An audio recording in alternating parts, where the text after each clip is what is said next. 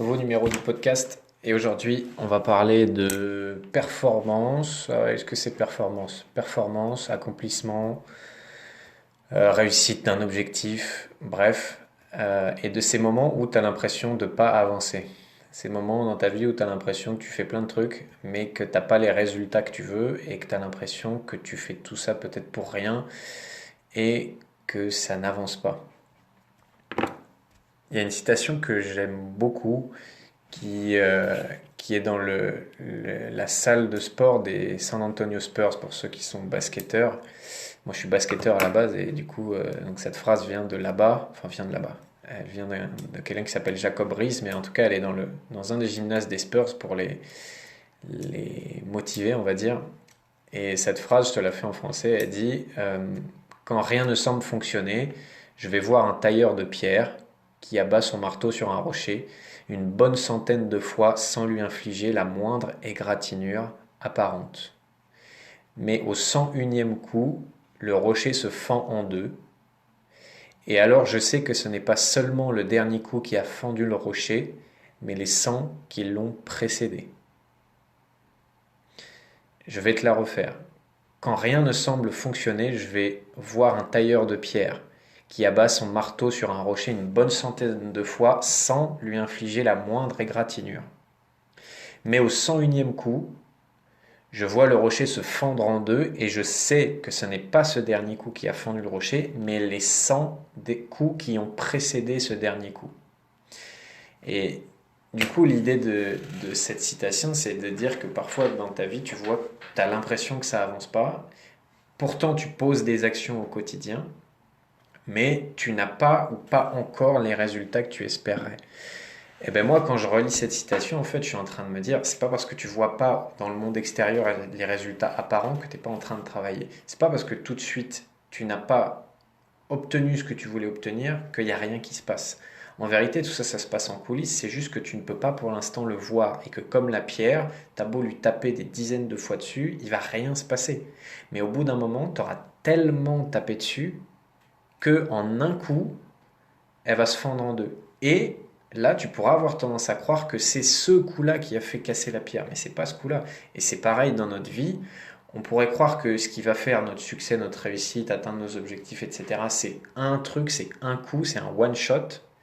Non. Et même si tu penses que c'est un one shot, c'est très certainement les dizaines, voire les centaines d'actions que tu as posées avant qui n'ont eu aucun effet apparent. Dans la réalité, tu n'as pas vu à quoi ça servait, mais qui finalement ont pu faire en sorte qu'aujourd'hui tu as les résultats. Et si tu avais enlevé ces 100 ou 200 ou 500 petites actions d'avant, tu n'aurais pas eu ces résultats-là. Sauf qu'on a tendance à croire que le succès c'est one shot, il suffit d'un événement, d'une opportunité, d'une chance pour que ça marche. Oui, ça peut arriver. Oui, c'est très rare. La plupart du temps, c'est poser des actions massives qui, une fois cumulés, vont te permettre d'atteindre les résultats que tu as envie d'obtenir. Moi, j'ai des personnes avec qui je travaille maintenant et qui m'ont dit ah bah moi, ce qui m'a fait coacher avec toi, c'est parce que j'ai entendu tel podcast et puis où j'ai lu tel post, où j'ai regardé tel live et où tu ne savais même pas que la personne, elle était là, qu'elle écoutait le podcast ou qu'elle était là pendant le live. Tu n'en avais aucune idée. Et donc à ce moment-là, tu aurais pu dire ça marche pas. Bah si, en fait, toutes les petites actions que j'avais posées avant, faire une vidéo, mettre un commentaire, donner une conférence et patati et patata, même si sur le moment je ne voyais pas les effets, mais au final, les effets, je les ai vus sur le long terme et après coup, au 101e coup sur le rocher, c'est là que les résultats ont payé. Donc si je fais de podcast, c'est parce que moi le premier, j'ai des périodes où par moments j'ai l'impression que j'avance pas, que ça marche pas malgré toute la bonne volonté que j'y mets. La vérité, c'est pas parce que tu ne vois pas les résultats maintenant que tu n'es pas en train d'avancer.